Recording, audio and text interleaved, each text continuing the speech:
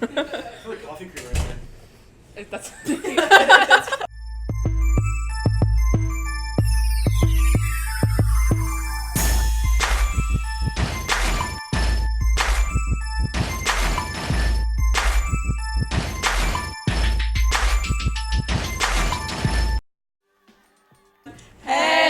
I'm Emma. I'm Nora. I'm Yusra. And I'm Jaden. And we're going to be talking about 4 different stories today. I can talk about mine. I chose to do a feature on the environmental club because I have friends who recently became leadership this year, and my friend Landon specifically has a sort of plan for the club where they're working towards making the school, under like EPA guidelines, a green school. The Green Initiative basically, it would be an initiative at school, and the goal would be to get a green flag from an organization called the National Wildlife Foundation, I think it is. The goal would be to get a green flag, which is like their certification that you are like an environmentally friendly school and that you have like sustainable practices, obviously within certain bounds. So there's certain guidelines, and so basically the first step is we have to assess how our school is doing. And our school is, we are doing pretty well. We have the refillable water. I know there's some things with lights. We have recyclable plastic trays, not recyclable plastic trays.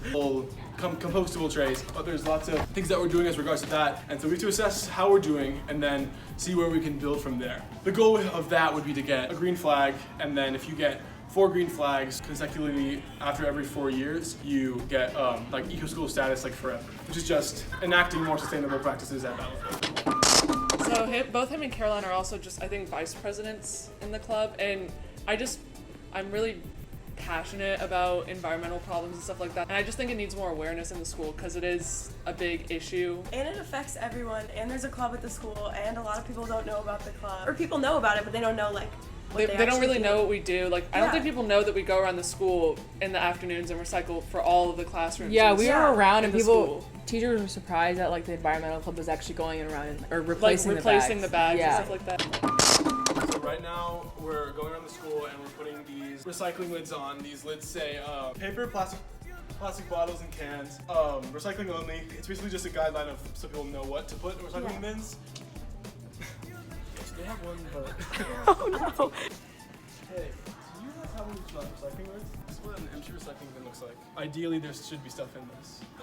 So that's why we put these on, because a lot of times people are unsure, so they just don't put anything in it. The goal is to have more things be recycled as a whole. They already have one? So we're gonna this one. That we're gonna backtrack. Oh, I know my earth science teacher has one. This is mostly empty except for an Eggo's wrapper.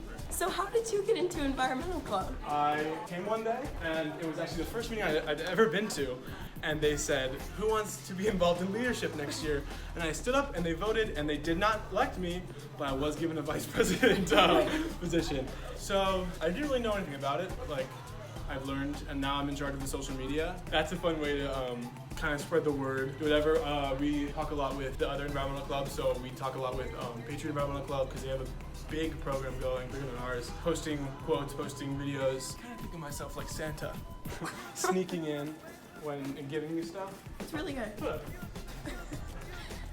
I don't do it for the praise. And it's really cool. It's so organized, and like I never would have thought like the club did that. Like I just had no idea that like that was something the club did. Yeah. And then also within the school, Miss Carney and the environmental club are trying to start up where on Fridays people wear red to kind of bring up a conversation and kind of show awareness for like the climate. It's supposed to like signify that it's like an emergency, and that to make more people aware about the problem, and like that people are actually like trying to do something in the school. Yusra, you want to go? So I chose to do a feature on the yearbook program because our idea was to try to do our own features about stuff we were kind of close to, and my English teacher is Miss O'Connor, who's the advisor of the yearbook program. So this is Bryce and this is Isabel. If you could describe yearbook class as a whole in 3 words, what would they be? Fun. Energetic. Nurturing. And basically, they obviously work on the yearbook for the school. They work on spreads every day and design what you see in the yearbook that comes out at the end of the year. This is Jenna. I've just met Jenna. Hi. She has good fashion sense. I like her jacket. What's your position at Yearbook? Okay, so I'm photo editor, and I'm the only photo editor. So I help edit the pictures, make sure that the beginning of the ebook has good, solid pictures, and then captions be edited and like have everybody's name indexed text and everything, so you can see it in the back of the book. What's the most challenging thing for you in your book as a photo editor? The only photo editor. Getting pretty much good pictures, or getting kids to like cooperate, because sometimes the student body does not understand the whole I have a camera but don't look at me kind of thing. Like, this is supposed to be like getting all the action and not you smiling. Candids? Yes. Okay, so if you see Jenna and she's taking candids, don't look at the camera, Yeah. let her take them. Yeah. So I thought it was really cool. I mean, not cool. I just thought it was like They funny. are cool. Your book is cool. Yeah. Your book is very cool, but like I like Miss Connor a lot because like I'm close to Mr. Bridges and also Miss O'Connor now, and like their feud that goes on is like really funny. Yeah, it's like a feud for no reason. Like it's not absolutely even a no, feud. just because they share There's not a a feud. room. It's just there's no feud, there's no real feud. It's just they're really funny to like, Yeah. you know, they always mess around. We talked to them and we got a lot of information about your book, and it's just cool because we share a room with them, and like we don't even really And know we know, what they do. yeah, we know so Like, little. Literally over there is. You want to Yeah. go grab one? Oh yeah, they have these ID cards. They have like little ID cards that they wear, and I think it's really cool. Okay, I want to show like whose this is. Yeah. But they have these ID cards and they have team names and they're hanging up there. Yeah. All the time. It's like Scorpio, Leo, Libra. I think it's so cool. This year I really came up with the idea and I was really, really excited for it, and all the editors were like, yes, oh my gosh. So they got to use like their like sign. Right. So mine's in Scorpio because I'm a Scorpio. This is what it looks like when it's actually finished. It has our like position on it. Pam is the editor-in-chief. So this is Pam, and what is your position in your book? I'm the editor-in-chief of our yearbook. My favorite thing about yearbook is probably working with my team and the whole yearbook staff, because everyone works really hard and it's just really exciting seeing all of our hard work come together in one big book. Well, me personally, I edit every single page in the yearbook, so after the editors, Insane. that's like 364 pages. But so after each editor edits their page, I edit and then Ms. O'Connor edits to make sure that everything is perfect and there's no errors. And I also run my own team this year, Scorpio, and so basically what I do is I edit the pages, I lead my team, and then I edit all the other pages. The most challenging thing about yearbook is it's sometimes frustrating when we don't have control over the situation. Like if we can't get pictures until a certain date, it might be past our deadline, and so that is really frustrating because we put in such like hard work, and then sometimes things are out of our control and we can't like handle that. Really, everything is pretty much perfect, but the frustrating thing is the things we can't control. Yeah. How do senior superlatives work? So basically, we come up with what the senior superlatives are, and then we have voting times, which you vote through on Naviance. And so for each superlative, you can nominate people, and then once it gets down, we vote again, and it's just those two people or whatever it's for. Last year, cutest couple that never was, it was two people like together. Right. So we had to vote it down. But the people choose what they want for it, and then we just put it in the book. Vote for me and Clara for Soul Sisters. Thank you. Come in and they put on their badges. Like they come in and they go to work. That's There's, like 20 they're of them, really- and they put this yearbook together like They're all by they're themselves. so hardworking. It's like I was amazed when I was looking in the classroom. Yeah. So I chose Mini-THON because, so personally I was in Mini-THON last year and I really, really liked it, and I'm in it again this year, and I'm close to all the people that are like the teacher sponsors and then the chairs and all the people involved. It's like still fairly new. It's Right. just, But it's only like it's what, third year at Battlefield? yeah, you're the first high school to bring it to Virginia. But I'm gonna do it this year. That seems really fun.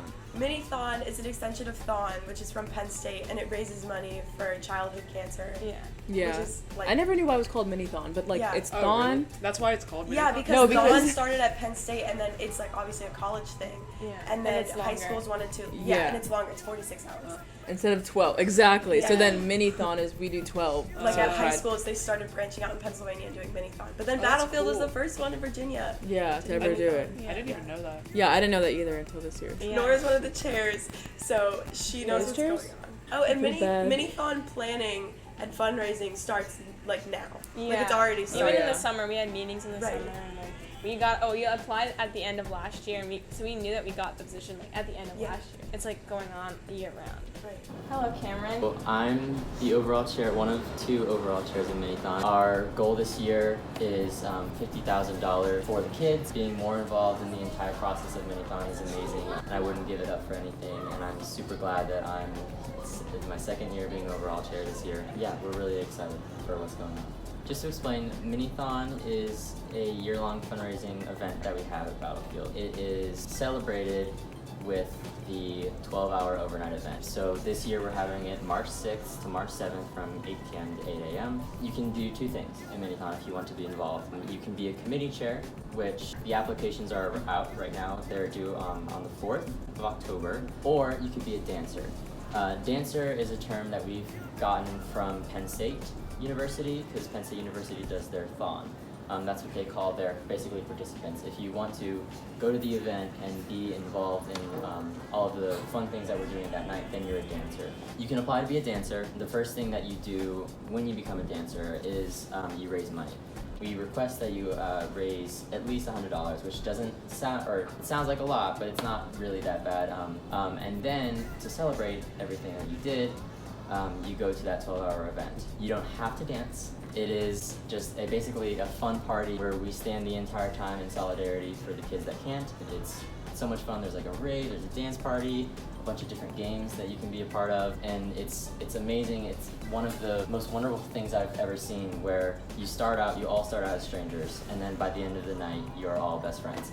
Yeah. And then later you see each other in the hallway. You're like, yo, you're on yellow team, or yo, you're red team. Yeah. So that's really cool. I'm really glad I'm a part of that. If you're interested in Mini-THON, then ask someone about it. Get involved. We would like all of the help and support that you guys are willing to give. The least you can do if you don't want to donate or if you don't want to be a dancer, talk to your friends about it. Talk to the community about it. The more we raise awareness, the more money you can raise for the kids.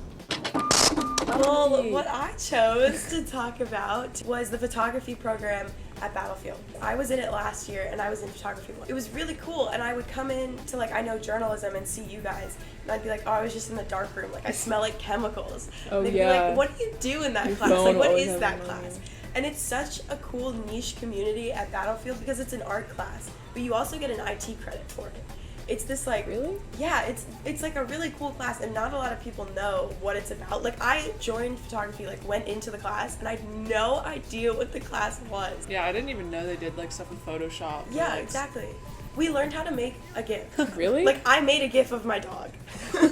So I talked to some of the teachers, the two teachers in charge, Miss Taylor and Miss Getz, and then some of the students that are in photography, because I feel like it doesn't get highlighted enough, and they produce some really cool stuff. It is a unique course, and I think it's unique because at Battlefield we're still doing 35mm development, when I think a couple of their photography programs that I've seen have kind of gotten rid of that, which I think is a shame. It does a disservice, I think, to students who are studying photography. Students who enroll in Photography 1 are going to get a really wide overview of photography as a whole, the history of photography, the science behind photography, why photography works. We start out students with camera-less photography, like making pinhole cameras, and then we start with 35mm black and white photography, which I'm sure their parents still remember.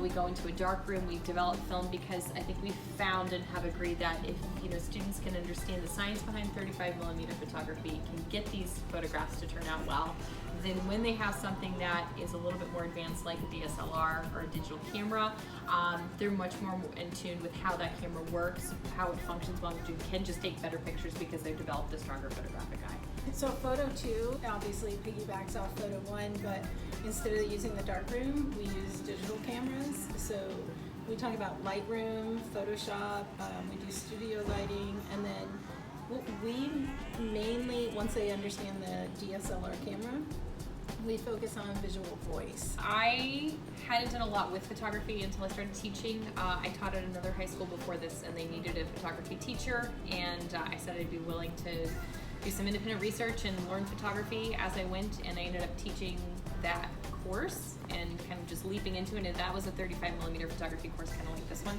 So I developed that program at Caroline High School. And then when I went to Battlefield, they were looking for another teacher who could teach 35mm photography as well, which you'd be surprised. It's really not a skill that people have. Yeah, no, it really isn't, just because it's starting to phase out a little bit with digital. Right. So Battlefield is so lucky to have this photography program. Yeah, when I was teaching photography at my other high school, I built a dark room out of an old storage closet that used to have history books in it. I did that in elementary school. Yeah, we had 4 enlargers for everybody. You guys have, what do we have, 14? A lot of the equipment was a lot of like DIY stuff. Like I put together, like the kids helped me put together. You guys don't have to worry about that. It's a good program with a lot of up-to-date and just really nice equipment that I have not seen at other high schools. So it's really impressive. When during the interview, when she told me like all the stuff they had, I was like, oh. Wow. That's great. I was very excited. Thanks for watching. See you next time. Make sure to check out our last video. This is Inside 15,000.